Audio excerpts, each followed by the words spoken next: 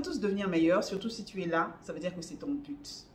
J'ai une leçon de vie tirée d'une leçon de travail que j'ai suivie chez MrBeast. Tu veux savoir qui est MrBeast? Si tu ne le connais pas, bien entendu, je ne vais pas insulter ton intelligence si tu le connais. Tu veux savoir quelle est cette leçon et quel est mon avis dessus? Eh bien, reste. Je m'appelle Mila Kim, bienvenue. Ici, on travaille pour devenir la meilleure version de soi. Donc, si c'est aussi ton but, tu es au bon endroit. Inscris-toi, abonne-toi, subscribe, tout ce que tu veux.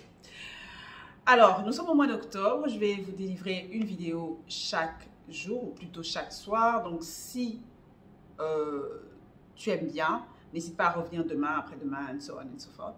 Et voilà. Pourquoi je fais ça? Parce que mon anniversaire, c'est le 25 octobre. Je suis née en octobre, donc c'est mon cadeau à toi. Passons à la leçon de vie. MrBeast, c'est qui? MrBeast, c'est le 5e plus grand YouTuber du monde.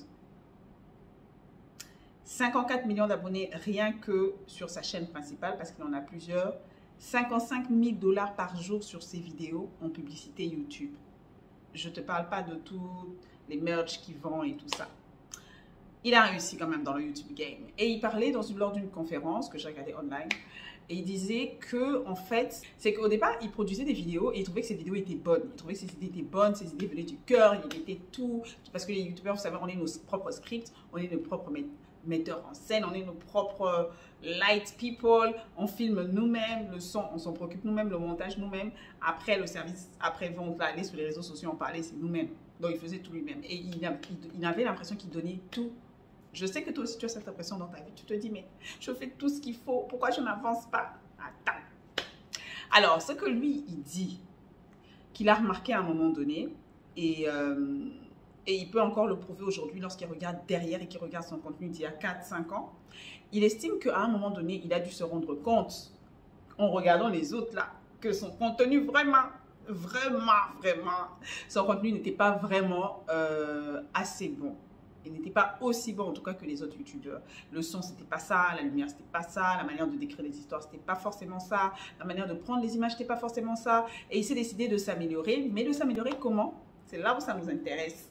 D'améliorer un point à la fois. C'est-à-dire, s'il commençait à s'attaquer au son, en parlant du son, voilà, j'ai laissé la clim. Hein. Bon, j'espère que vous m'entendez bien, les gars, parce que... Ah, voilà, je vais juste éteindre ça. Désolée. Donc, s'il voulait s'attaquer au son, il commençait par s'attaquer au son. Et après, il continue de faire ses vidéos. Hein. Il arrange le son, il arrange le son. Une fois qu'il trouve qu'il est satisfait avec le son, il passe à autre chose. Il passe par exemple à la lumière. Il travaille à la lumière, mais il continue de produire. Donc, il s'attaquait à une chose à la fois. Et finalement, il est devenu assez bon. Et quand il regarde maintenant son contenu, il comprend pourquoi les gens le regardent. Et tu comprends pourquoi maintenant tu ne réussis pas forcément dans la vie. Tu comprends pourquoi. Et je me suis dit que c'est vraiment une leçon de vie en fait. Pourquoi est-ce qu'on ne fait pas tout ça? Ceux qui font des résolutions de fin d'année, je reviens encore dessus. On en avait parlé, je crois, hier ou avant-hier. En tout cas, je cherche les vidéos d'hier et d'avant-hier. Voilà, faire le bilan. C'était dans la vidéo faire le bilan. Cherche faire le bilan. Mila Kim, tu vas trouver. Faire le bilan de sa vie. Et je disais que souvent, on n'aime pas les résolutions. Maintenant, les gens se disent, ouais, les résolutions, ça ne sert à rien parce que, un, ils prennent mal les résolutions déjà au départ. Déjà, le choix est baisé. Mais en plus, aujourd'hui, je vais ajouter que je pense qu'on prend trop de points, on a trop de résolutions, on a trop de choses qu'on va rejoindre dans nos vies. Non. Moi, mon mari m'a fait ça cette année, il était là. Enfin, il n'a pas fait ça exprès, mais je lui parlais et tout. Je lui dis, après, moi, je lui dis, qu'est-ce que tu en penses? Il me regarde et fait, tu penses que tu pourras tout faire? Après, je me suis rendu compte, tu as raison, en fait. Il y a trop de grands points, plusieurs points, puis trop de grands points dans différents secteurs de ma vie. Ok, je crois que je vais réduire à autant de points, par exemple. Voilà. Et je pense qu'on peut juste utiliser, en fait, cette tactique de MrBeast. Genre, y aller un pas à la fois, un pas après l'autre, une chose à la fois. Je m'explique avec un exemple pratique. Si, par exemple, tu trouves que, je vais dire, j'ai un problème de diction, j'ai un problème avec ma garde-robe, je veux mieux m'habiller, je me dis que je vais rentrer à l'université, que je voudrais avoir de meilleures relations avec mes amis, être plus présent. En fait, ça fait beaucoup. Choisis un point, en fait. Choisis un point et commence à travailler dessus. D'accord? Maintenant, je vais te dire comment moi, parce que là, je t'ai parlé de MrBeast. Et c'est quelque chose que je voudrais vraiment que tu fasses parce que je trouve que c'est bien pour les gens qui ont la flemme, genre de faire 10 millions de choses à la fois. Je trouve que c'est bien, c'est pas mal comme idée. Maintenant, mon conseil, voilà. Attaque-toi, ça c'est mon conseil à moi, c'est ma vision à moi. Étant francophone, ayant étudié dans des écoles francophones, je vais totalement à l'inverse de ce qui m'a été enseigné comme tactique dans ce domaine. C'est-à-dire, nous les francophones, on te dit à chaque fois, regarde, à chaque fois quand tu as un mentor francophone, même franco-anglo, mais s'il y a les francophones dedans, il y a une culture francophone, un mentor, un trainer, un professeur, même un ami, tu verras, même un responsable, je te promets que sur 90% des cas, et je parle selon ce que moi j'ai vécu, et oh, j'aurai 42 ans cette année, donc j'ai quand même vécu plusieurs années, il va te demander d'améliorer tes points faibles en fait. Les francophones, c'est ça. D'abord, ils ciblent tes points faibles et ils te demandent d'améliorer tes points faibles. Moi, ce que je vais te demander, c'est de cibler tes points forts et d'améliorer tes points forts. Je vais t'expliquer pourquoi. Dieu n'est pas... Disons que Dieu est intelligent, pour le dire de manière polie. La nature est bien faite. On t'a fait avec des dons et des talents. Ces dons et ces talents sont déjà là. Mais des fois, il faut que tu travailles à les parfaire. Pourquoi tu veux laisser ce qu'on t'a donné? Tu veux prendre ceux de l'autre que toi, tu n'as pas. Tu veux travailler pour arriver. Je vais donner un exemple.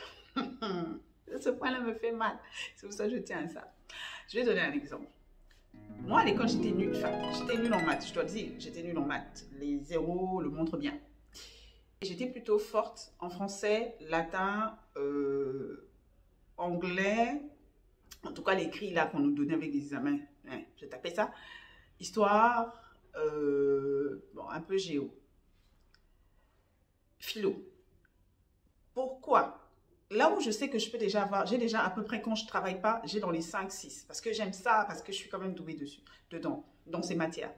J'ai déjà des 5-6 quand je ne travaille pas. Genre en dormant, j'ai un 5,5-5. Même si je ne travaille pas, je n'étudie pas. Je sais que si j'étudie, j'aurai 9-10, 9-10. Pourquoi je vais laisser ces matières-là et je vais venir étudier les maths où j'ai 0 et si j'étudie, j'aurai 4 ou 5.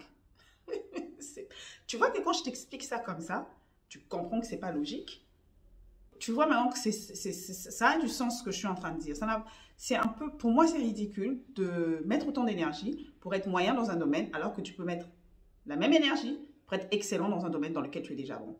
Je suis partisan de la loi du moindre effort. Je mets mes énergies où je sais que je vais gagner. Sorry, but not sorry.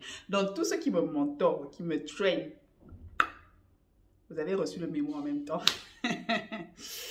Voilà, ça c'est mon avis. Maintenant, le deuxième point, je ne te demande pas de laisser... Enfin, moi, j'ai laissé les maths jusqu'à... Et puis, de toute façon, je n'avais même pas les maths au bac. Donc, jusqu'à quand j'avais 5e humanité, c'est-à-dire une classe avant le bac, c'était la dernière classe où j'avais eu le maths. Depuis, j'ai eu le même prof depuis que j'avais 14 ans, depuis 3e humanité, du coup, jusqu'à 5e humanité, et j'ai refait la 4e. Don't judge me. Je vous ai dit que je suis partisane de la loi du moindre effort. Donc, voilà. Ça, c'est ma manière de voir les choses. Mais, ce que je voudrais te dire, c'est que ça ne veut pas dire qu'il faut que tu lâches les points où tu es faible. C'est mon deuxième point.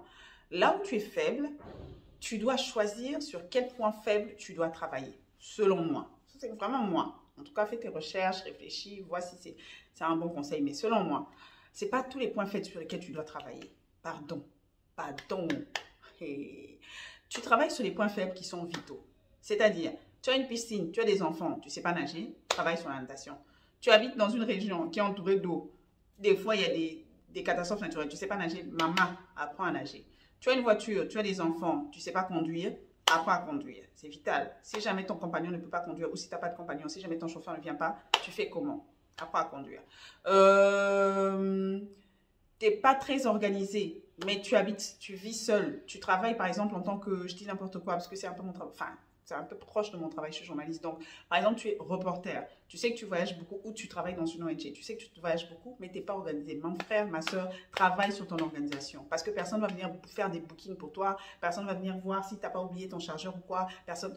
Voilà. Tu dois travailler ça. Tu dois travailler ça, faire en sorte d'avancer en fait dans ce secteur. Tu dois apprendre à cuisiner. Ça, vraiment. Tu dois manger chaque jour. Donc, vraiment, À un moment donné, tu dois apprendre à cuisiner, même si tu n'aimes pas ça. Si tu es un être humain, secteur vital, c'est aussi savoir prendre soin de sa santé, savoir prendre soin de là où tu vis, ton environnement. Tu ne veux pas vivre, avoir les rats et les cafards pour voisins. Donc, apprends quand même à un minimum à t'organiser pour faire le ménage. Et aussi, si tu peux, comment choisir les personnes. Mais je crois que c'est toujours mieux de savoir un minimum faire le ménage parce que des fois, tu ne peux pas avoir les gens. On est passé par Coco ici. On ne pouvait pas avoir des gens. Les gens ne pouvaient pas se déplacer. Donc, à un moment donné, tu dois savoir balayer un tout petit peu et tout. Vital, c'est savoir lire, savoir écrire, savoir compter. Je sais que parmi nous, il y a des gens qui regardent ces vidéos, qui savent utiliser Internet, mais qui ne savent pas forcément lire ou écrire, ou qui ne savent pas bien, qui utilisent ça de manière intuitive, pardon. Donc, ça, c'est aussi des skills qui sont assez vitaux, parce que partout, tu auras besoin de... Voilà, tu ne peux pas demander à quelqu'un de signer pour toi et tout ça, tu es une jeune fille. Des fois, ça fait un peu honte d'apprendre ou de parfaire juste sa manière d'écrire, de parler et de compter. C'est quoi? Écrire, lire et compter, voilà. Et calculer si tu veux. Mais essaie de le faire. Il y a des instituts pour ça. Si tu es à Kinshasa, je fais un peu la pub de ma maman et de mon papa. Il y a Afrisoft. Si tu veux, tu m'écris inbox sur Instagram ou sur Instagram, c'est mieux. Ou tu laisses même ton contact, ton Instagram en commentaire et je vais t'envoyer l'adresse de Afrisoft et leur numéro. Ils sont dans l'alphabétisation et tout. C'est des petites choses comme ça. Quoi d'autre je peux dire? Voilà, il y a des skills qui sont vitaux. Maintenant, il y a des skills qui ne sont pas vitaux, mais qui sont super importants, surtout dans le domaine dans lequel tu travailles. Maintenant, le piège, c'est si tu as choisi ton travail par rapport aux autres et que ce n'est pas forcément ce que tu as envie de faire et que ça ne s'aligne pas avec tes points forts, je ne peux pas t'aider vraiment. Cherche une solution toi-même. Ce que je voudrais te dire, c'est qu'il n'est jamais trop tard pour recommencer. Voilà. Les méthodes d'apprentissage, je sais qu'on sait tous, mais je vais quand même les énumérer dans une autre vidéo. J'espère que ça va aider quelqu'un. Voilà, dis-moi ce que tu penses que j'ai dit ici. Si tu penses que ce que j'ai dit, tu n'es pas du tout d'accord, ou si tu penses que tu es d'accord, mais que tu as quelque chose à ajouter.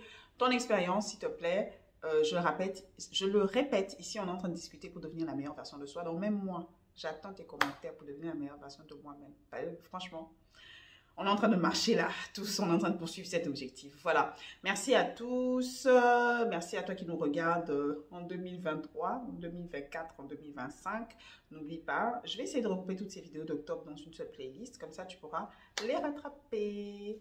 Bye bye.